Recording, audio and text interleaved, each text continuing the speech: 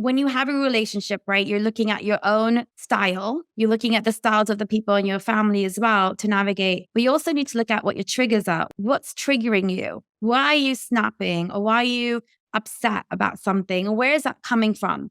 And when you really look at it, it could be coming from the way you were raised, the experiences that you've had, the belief system that you believe in. And those are what we call is your biases or unconscious biases, right? They may not be something that you notice when you're triggered that, oh, this may be coming from this thing I had no idea. And so what I do is help parents navigate and understand what their blind spots are in that baggage or that unconscious bias that they're bringing in.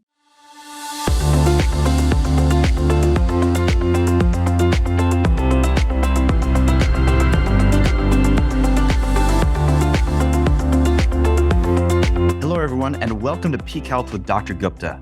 This show is for those who want to optimize their health and maximize their genetic potential. If you like our show and want to learn more, please visit our website at peakwellnesshealth.com, which is linked in the show notes below, where you can gain access to a 10-day body reset module that teaches you about diet, sleep, meditation, exercise, and guides you on how to lower your blood sugar, lower blood pressure, lower body fat, and improve your biomarkers all in just 10 days. Additionally, you can find a body optimization module, which teaches you how to lose fat and build muscle. Finally, you can get a link to a one-on-one consultation with me. Healthy relationships are a fundamental necessity for vitality. In fact, if you look at functional medicine root causes of disease, relationships are right there along with sleep, exercise, and nutrition. A recent Harvard longitudinal study in relationships found that relationships and community are a stronger predictor of good health compared to any other biomarker. So if you had to choose a statin or a good relationship, you want to choose a good relationship. To help us navigate relationships, I'm honored to introduce Sandhya Dayal. Sandhya combines 20 years of experience in human resources and talent development with internationally recognized brands and brings leadership skills from the executive room into the living room. With a deep understanding of communication styles and emotional intelligence, she provides working parents and their children the leadership skills they need to create a fulfilling work, school, and home life. Parents who join Sandhya for workshops or coaching series uncover communication blind spots to navigate relationships, build confidence, reduce conflict, improve social interactions, and much more for success at home and away from it. Welcome, Sandhya. Thanks, Ravi. I really appreciate you inviting me to your podcast.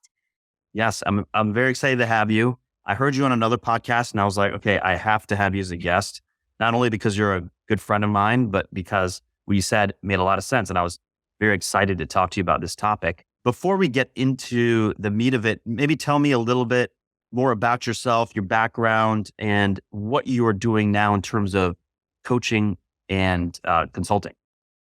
Sure. Like you said, I've been doing HR for 20 years and that's been my niche. I've touched many different industries and different cultures and really helped companies with their teams, really help them thrive by making them high performing and reduce conflict within them and really understand how to communicate with each other to build those really healthy team that you need to be successful at work.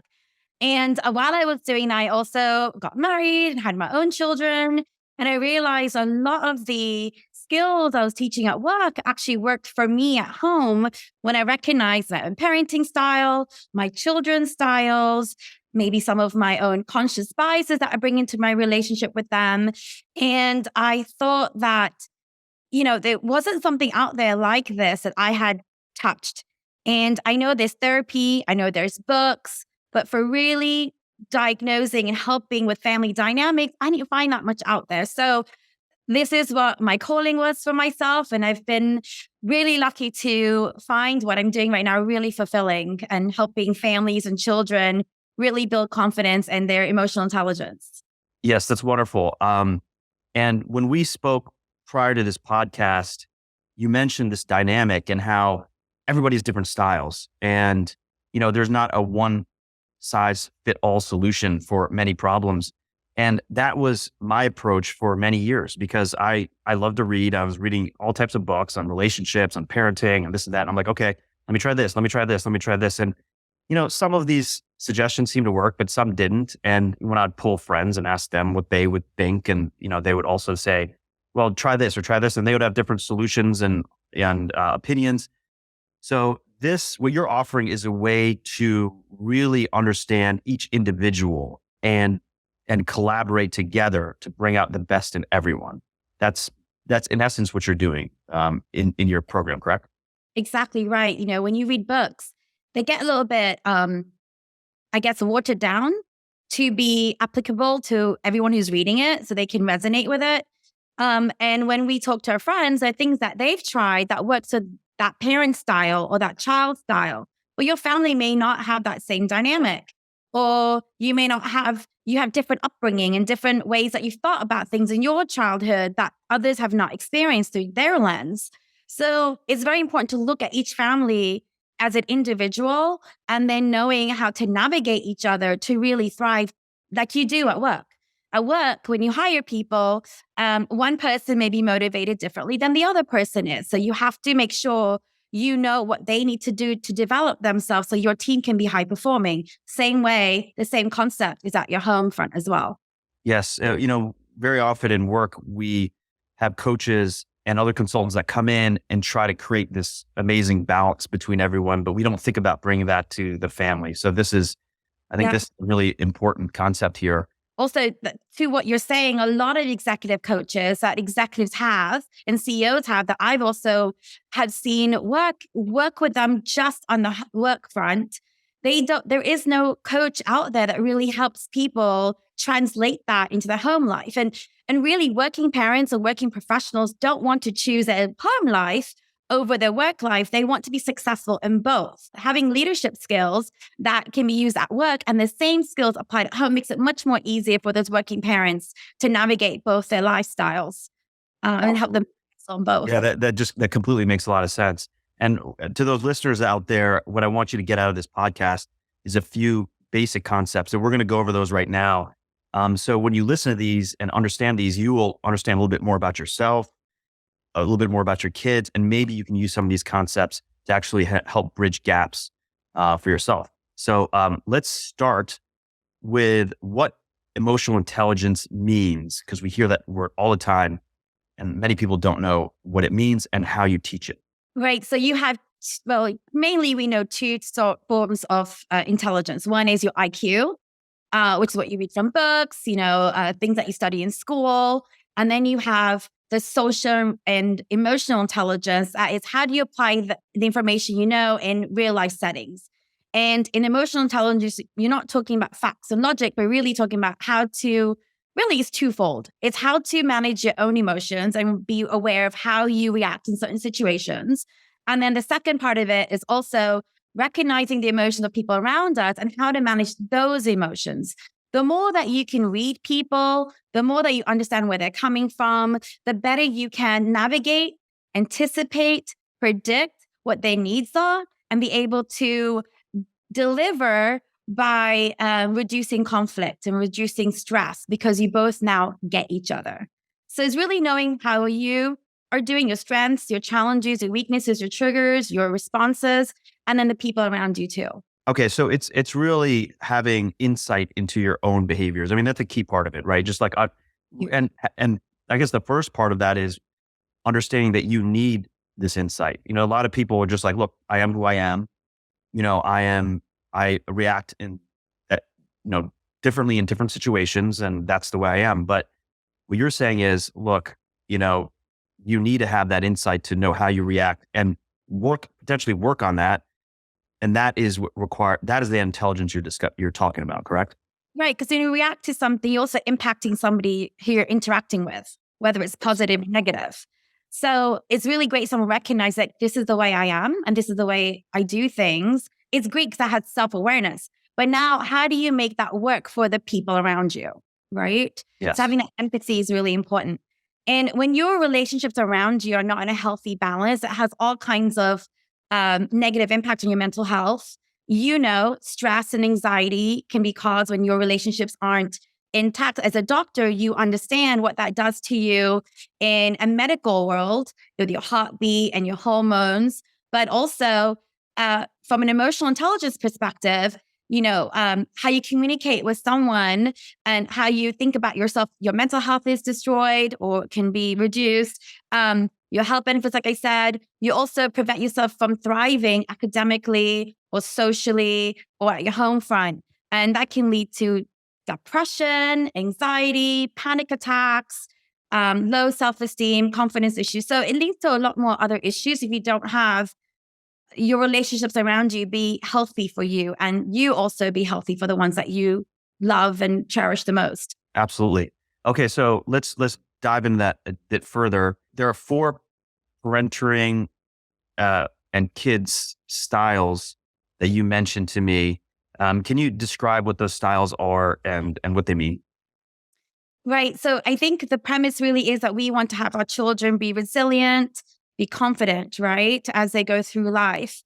And whatever else that the parent chooses that they want their children to excel in. So by wanting to have certain outcome in your children, you have to recognize your own style of how are you going to nurture that relationship? How are you going to bring that confidence or that resilience out in your child? So understanding how you parent is really important. So there's four styles, like we said. There's the action-oriented parent. There is the relationship-oriented parent, harmony-driven, and the fourth one is an analyzer. When I go through these workshops, I actually help parents identify the blend that they're in, specific to them. But just to keep things simple for this podcast, I'm going to stick with those four main buckets. Okay. Okay. So these are the four styles. And why is it important to understand where you are, where your kids are? By understanding your style, you really get to know what your strengths are and your challenges are. And when you're challenged, how do you react? How do you speak or do you not speak? And that impacts the child that you're trying to develop and anyone else that is helping you raise your child, your parent, like a co-parent, grandparents, nannies, all that stuff. It really has a big impact. So it's really important that you know how you react to certain situations, the impact on your child and people around you. Okay. So an example, the harmony driven parent. And this is my mother. She was just very much conflict avoidant, would praise us a lot. But if people do that, they think, oh, I'm not upsetting the kids. I'm being kind to them.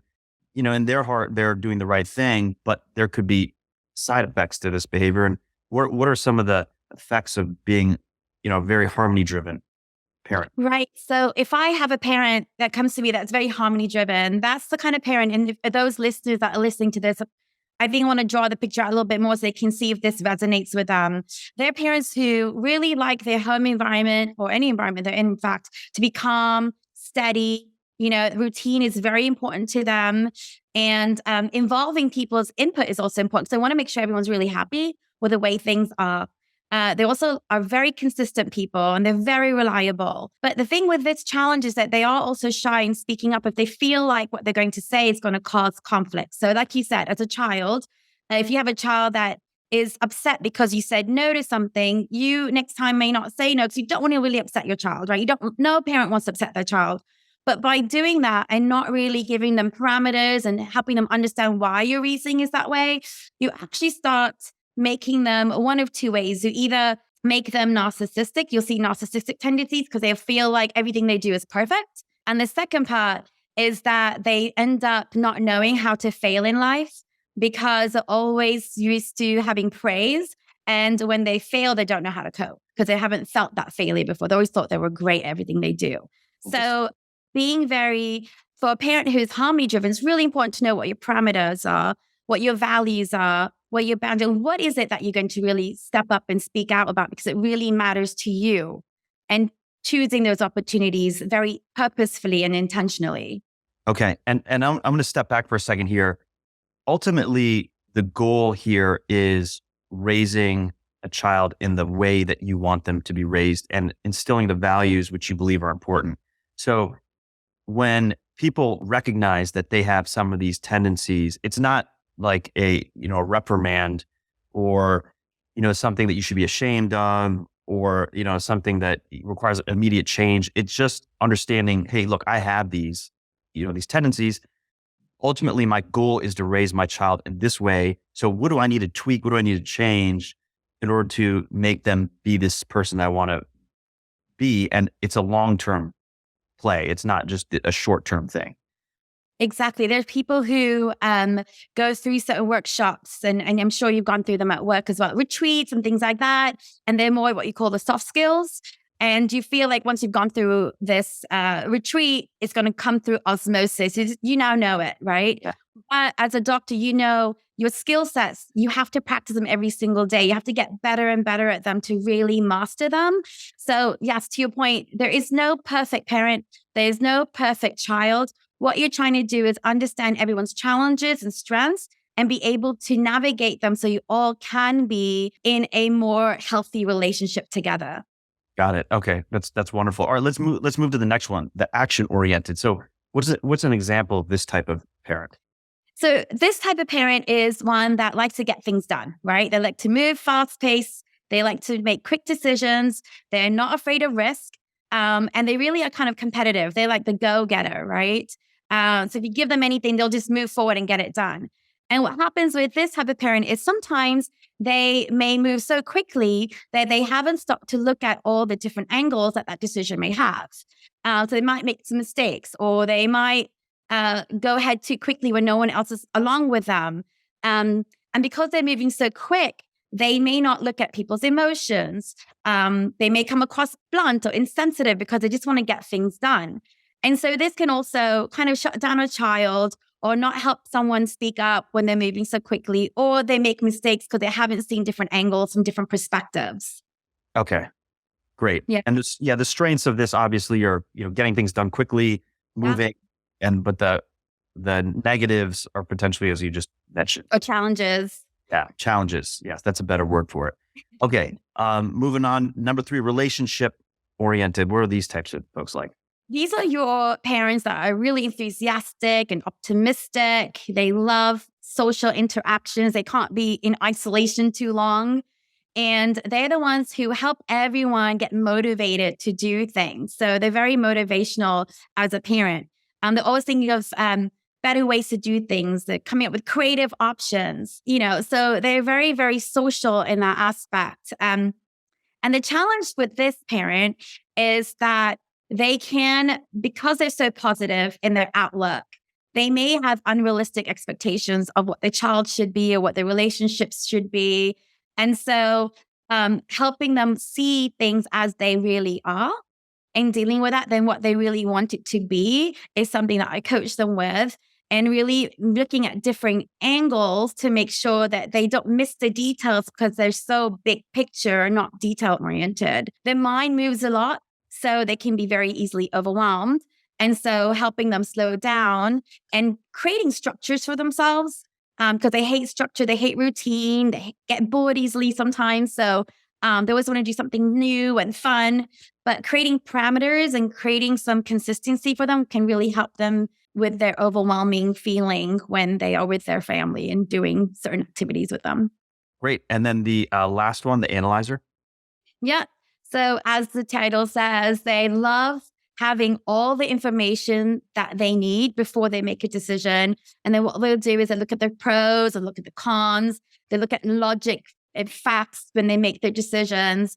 And because of that, they're really organized. And, and they really also are very, they like to make decisions by themselves. They don't like to make too much of a group decision or get too much buy-in because they've already analyzed everything, right? They already know the answer. So with this parenting style, they hate chaos because they're very organized. So things like when they come home and everything's in chaos and disarray, or someone's speaking to them and not concise. So when they're speaking, they're all over the place. It can be very frustrating, especially if their child is very social and they're talking a lot. They can lose interest and kind of like glaze out. So really helping them understand that when they're stressed, they also pick things apart, right? Because they're analyzers, they pick things apart and they may not be willing to make changes.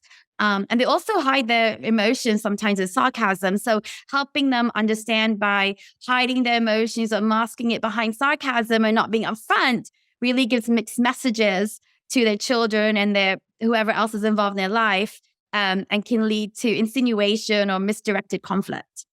Interesting. Okay. And what you're saying is people are typically a blend of different styles. It's not just one necessarily. Maybe there's a strong one, but typically there's a blend.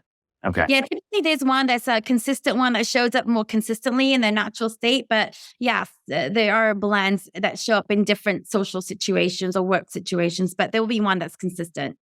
Yes. And not only does this define parents, it defines the kids too. And are there additional styles that you use for kids, or are these the four that you focus on Yeah. as well? So there are children who are harmony driven. They don't like it when you speak to them in a very blunt, insensitive way. So they end up shutting down, or they may tend up to be like a people pleaser because they want to do things to make you happy. So yeah, it's these same parenting styles also show those same styles show up in your children as well.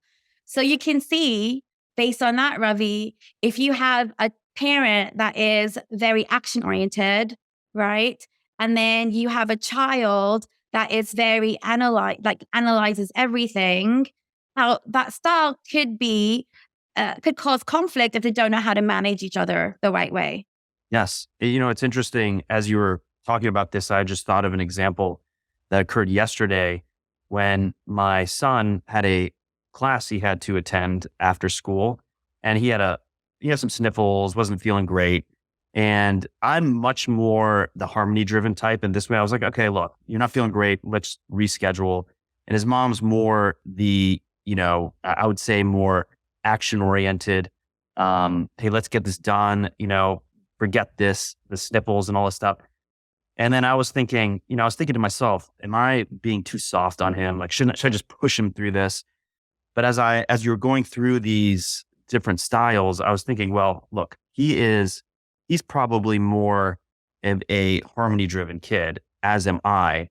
So in this particular situation, maybe it makes sense to let him have that, that time to himself, and then have him maybe take the class, makeup class later, versus a kid who's maybe more action oriented, who would be okay pushing. Is that how this would work? I think what you're talking about is maybe motivational styles, right? How do you motivate a child with different styles? So I would say in your example where you're like, oh, should I push my child to do it or not? It depends on what values you're trying to teach, right? Yes. If you're trying to teach the child, hey, you know what? You have a cough and cold. You really should still go ahead and do it because you have a competition coming and you really need to be at your best. And these techniques are going to really help you. You're going to miss out on this day. Or is your value more about self-care? Like, hey, if you're not feeling good, we'll go home and you can rest. But then what is the next step? Like you said, so you have to understand what your values are. And you and your partner have to be on the same page with your values. So I tell people yes, you have individuals in your home that you have to motivate differently and direct them differently and develop them based on their styles. But the one thing that has to be consistent so the child isn't confused and you can have a confident child is to make sure your value system is in sync with those helping you raise your child. And also the rules are the same with all your children. So not treating each child differently with rules and consequences, right? Okay. But motivating them and developing them, that's going to be a little bit more individualized to help. Okay. So to your point, the styles give you sort of an overall idea of how each of you function, but you want to create a stable set of values and rules that you follow as a family, and you work towards those using your understanding of each other's styles to obtain that one goal. Exactly. When people think about values, they always think about, well, I know what our family values are. They're this. But when you think and you sit down, and I've had families that sit down and actually develop their family values, and I involve the children with them as well if they're 8 and older. It's really defining 3 or 4 values that your family believes in together. So if there's any dilemmas your family has or anything that they're not sure about, even the child, when they go through life, they have decisions they want to make and they're not sure how to make those values are going to be the great guiding principles. When you consult and coach these families, you actually you sit down and come up with values that you all share, so that you can focus on these whenever there's like some decision or, a conflict coming up. You say, hey, look, our focus is this. This is our ultimate goal. We're going to stick with that, our decision that is in alignment with these values. Is that pretty much? Yes, I have different packages. So that one would be more my immersive workshop where I immerse a family on a week, give them a session each week they do something different as a family, and I give them guidelines and I walk them through and facilitate. But yes, it's hard sometimes to know what your values are. So I give them value driven things and concepts to pick through, and they go through that process, just like you do at work with the Yeah. teams that you have, when you think about what your team is and what the values are. So just Okay. like your team, and you think about your values as a team, you kind of pinpoint what they are. So when your team makes decisions in sales or finance, they know what they're guiding. The same way is at home as well. Really navigating, concreting what those 3 or 4 main values are for you. Interesting. Okay, excellent. So we spoke about styles, values, rules. Do you want to comment any other comments on rules and values that we should know that would be helpful? Like if somebody wants to come up with some maybe rules and values on their own, can you give us some like guiding principles? Right. So each family, like I said, is so different in what they want to get out of their children. Some of them are like, you want me to tell you what some of the family's values Yeah. are? Yeah. Like some of them want resilience, honesty, like making sure that they're all in agreement with certain decisions. So collaborative nature is important for them. Having fun. That's one value that when they do things, I want to look at things they do together that is really fun. And then also, one of the values is knowing who to trust, So we would work if that's one of the values that they have, because sometimes you may not want to go to your mom and dad for things, or you may not want to go to your partner. Who in your family do you trust, or outside your family do you trust? And we name them. So it's safe for your child to go to that person, ask questions, and you know that this person's going to navigate your child correctly. So trust is important for family members as a value as well. So there's many different values. I have about 20 different values that we go through this building experience with, and it's really difficult, but they pick 3 or 4 that are their main guiding principles. Okay. Excellent. All right. Now, the other thing that is important to understand for folks is, the parents can bring baggage from their upbringing and their relationships when they were growing up. So can you just describe how that factors into a family dynamic? Right. So when you have a relationship, right, you're looking at your own style. You're looking at the styles of the people in your family as well to navigate. But you also need to look at what your triggers are. What's triggering you? Why are you snapping? Or why are you upset about something? Or where is that coming from? And when you really look at it, it could be coming from the way you were raised, the experiences that you've had, the belief system that you believe in. And those are what we call is your biases or unconscious biases, right? They may not be something that you notice when you're triggered that, oh, this may be coming from this thing I had no idea. And so what I do is help parents navigate and understand what their blind spots are in in that baggage or that unconscious bias that they're bringing in. So I know you and I've talked about, that's an interesting concept because you think about biases at work, right? So you think about when you're hiring someone, your bias, or when you're rating someone's evaluation, the biases that come in there. But that same bias that you have at work is probably you're bringing in to your family life and vice versa as well. Absolutely. I mean, I can think of one, when I was growing up, my dad would get angry often and, yell at us. And so for me personally, when somebody gets angry and starts demanding, I know that triggers me. I'm like, okay, well, hey, there's no need to act that way. You can talk, in a more of a coherent, calm way. So I understand that. And I know that triggers me. But then I guess the question is, now that I know that, how does that help? So now that you know where your trigger is coming from, we go a little bit deep and define what that trigger is. So we have like 7, right? So for yours, it might be when your father yelled at you, did he compare you to others? Is that one of the things that happened? Like we would go deeper in those questioning. And let's just say, for example's sake, that he compared you to others. So that is a contrast bias that a parent may have that you brought up. So by comparing you to others, it might make you feel like, I'm not saying you, Ravi, but you obviously have great confidence, but that could affect how you view yourself and have self-esteem issues and confidence issues. Because either you feel like you're not good enough, so you might shut down completely, or you might rebel in that aspect. So recognizing what happened to you, you might go one of 2 ways. You might repeat that pattern, or you may go the opposite. you chose in your situation to go the opposite way and be harmony driven. But now that you know that it has to be a perfect balance. So biases, not all biases are negative, but if they're too strong, that's when they can be really impactful and hurt your child. So there's no child has the perfect parents, right? We all have things. I can come up with things that I grew up with that impacted me growing up. But if you understand like what was the beauty of that, right? So, and bring that in, but not do it such extreme where it's not with your style. You want to create parameters. You want to show examples to your child. You want to help them, nudge them along and say, hey, you can do this because X, Y, Z. So let's get you the support system, the resources to help you, but not yelling at them, but then also kind of showing them how others might be doing it. There's a healthy balance in both your styles. Absolutely. Okay. And that makes a lot of sense. What you're describing also is really unraveling someone, psychology and their deep feelings and beliefs. I mean, it almost sounds like, a psychologist or counselor's role. I mean, do you find yourself taking that position, or are you more that or coach, or how does that work? It's funny because when anyone who's listening to your podcast that is in human resources, we wear so many different hats. So many times we have employees that we are helping through deep emotional situations that impacts them psychologically. We are therapists, we are counselors, we also are lawyers and debaters.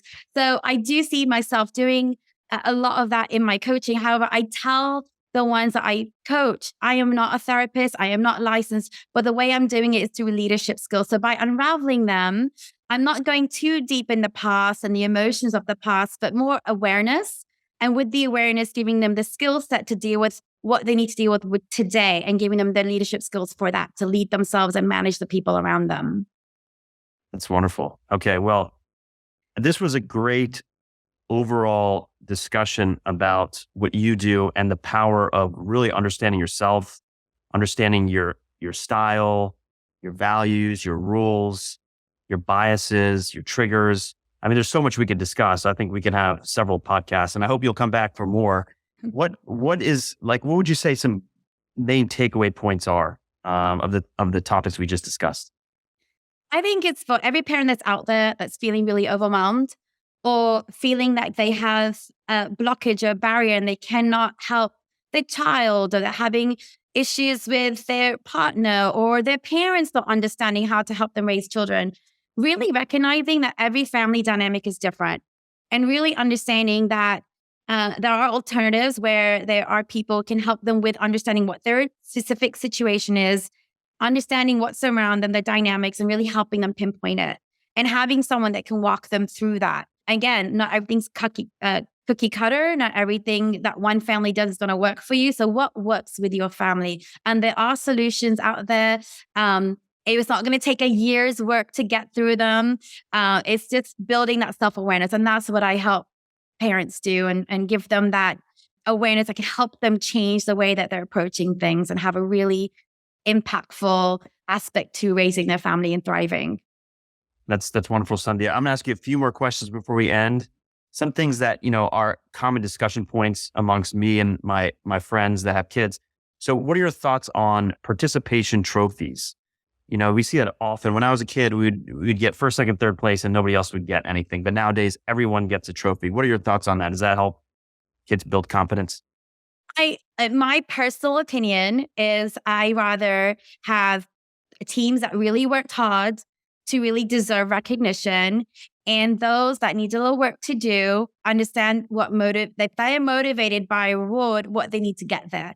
I think by giving everyone participation the same as the winners is not a healthy way to raise a confident child. It's different if you have a prize for the top winners and then something smaller for the others. I think that's healthy, but the same participation trophy for everybody, I just don't think that concept is healthy in the long term. Okay. All right. That's what I feel too. So we're similar there. Okay. So the second question, oftentimes there's this push towards, nowadays push towards equality. Like everyone's equal, praise kids equally. What are your thoughts on that? I think equality has its time and place in certain situations. I also think as you are in workplaces, you want to be equal. You want to have equal equality as far as the end goal for promotions or getting hired or, have an equal footing as everyone else. But when it comes to your team, how you motivate them, one person is going to be very different how they're motivated another way. One person may love public praise in a company newsletter. Another person really rather have a one-on-one appreciation, go to lunch. Children are the same way. So each child is motivated differently. So when it comes to equality, I think that's where your values should be equal. Like I said, your consequences if something isn't done correctly, be age appropriate consequences. But I feel as you motivate and develop them, you have to look at the child individually so they can be seen, they are heard, and they understand that you are behind them 100% in how they develop. And a child may be like, why are you giving them that and you're not giving it to me? Yeah. And I think that's where you have to be very purposeful and intentional, explain to your child, well, if you want the same thing, that's great. I've learned something new about you. Let's do that. But I know that your sister does not like to sing in public. And it really makes her shy. So that's why we don't make her, we love it when you do. And that motivates you. So that's why we don't make her sing with you. Something like that, Okay. So yeah, treat them or praise them individually. And that's what I feel too. It's like, you can't say, oh, you guys are all great if you're on a team. But I mean, you can say that, but it doesn't have the same impact as, hey, Tommy, you did a great job in shooting hoops, made a bunch of great layups today. Billy, you did a great job in passing. You kind of focus on what they did individually. Yeah. Is much more, I think it's more impactful to them. Right. Next question. What do you do if the kid is just not motivated? I mean, you've done all these things, you know their style, you have a value set that you're following, but they just won't do what you want them to do. There's a disconnect there, right? Somewhere that they just don't want to do what you're asking them to do. Is it because it's something that they're not interested in, that they feel that they won't be good at? Is it a confidence issue? Is it a issue where they feel like they're going to fail? There's so many different reasons why a child may not be motivated to do something. Is it overwhelming for them? So really, I guess the dialogue is so important with a child, for a parent to be really open and ask questions, because children sometimes don't know how to articulate the emotions. They haven't developed their experiences in life to know how they feel about something. So I think it's really important for parents to ask questions. Is it this? Is it that? So you can really get to the bottom of it. And if they don't know, be like, okay, well, let's do different things and experiment. And then you'll know whether you like that or not. Then you know if that's something that works for you. And then that might give them a little bit more motivation, depending what is it that they're not motivated by. Okay. Well, that makes a lot of sense. And you're absolutely right. I mean, I'm thinking about my kids right now, and they just cannot articulate how they feel oftentimes. And they look sad, depressed. Like, hey, why are you feeling this way? I don't know. And then they'll get over it after some time. But it's hard to pull those concepts and words out of them. But, maybe introducing them to different activities that they participated in around that time, you'll figure it out. Yeah. And do it in small bits and pieces, so it's not so overwhelming for them. Yeah. And then they'll figure it out. They'll be able to articulate, I really like that, or I did not like that. Then you have an idea of what is motivating them. Excellent.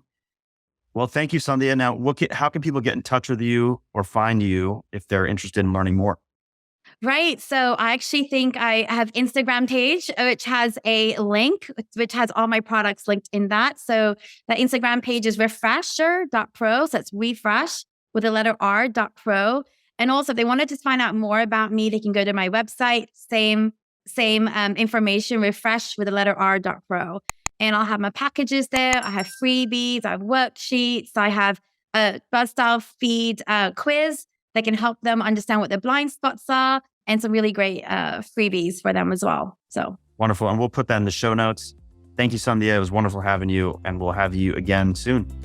Thanks, Ravi. I really appreciate you. Absolutely.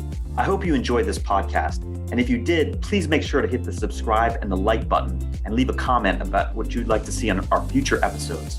Just a reminder that this podcast is for educational purposes only. It does not substitute for professional care, nor does it constitute medical or other professional advice or services.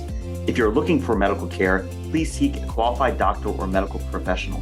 For more information, or if you'd like to check out our programs, please visit our website, peakwellnesshealth.com. That's peakwellnesshealth.com.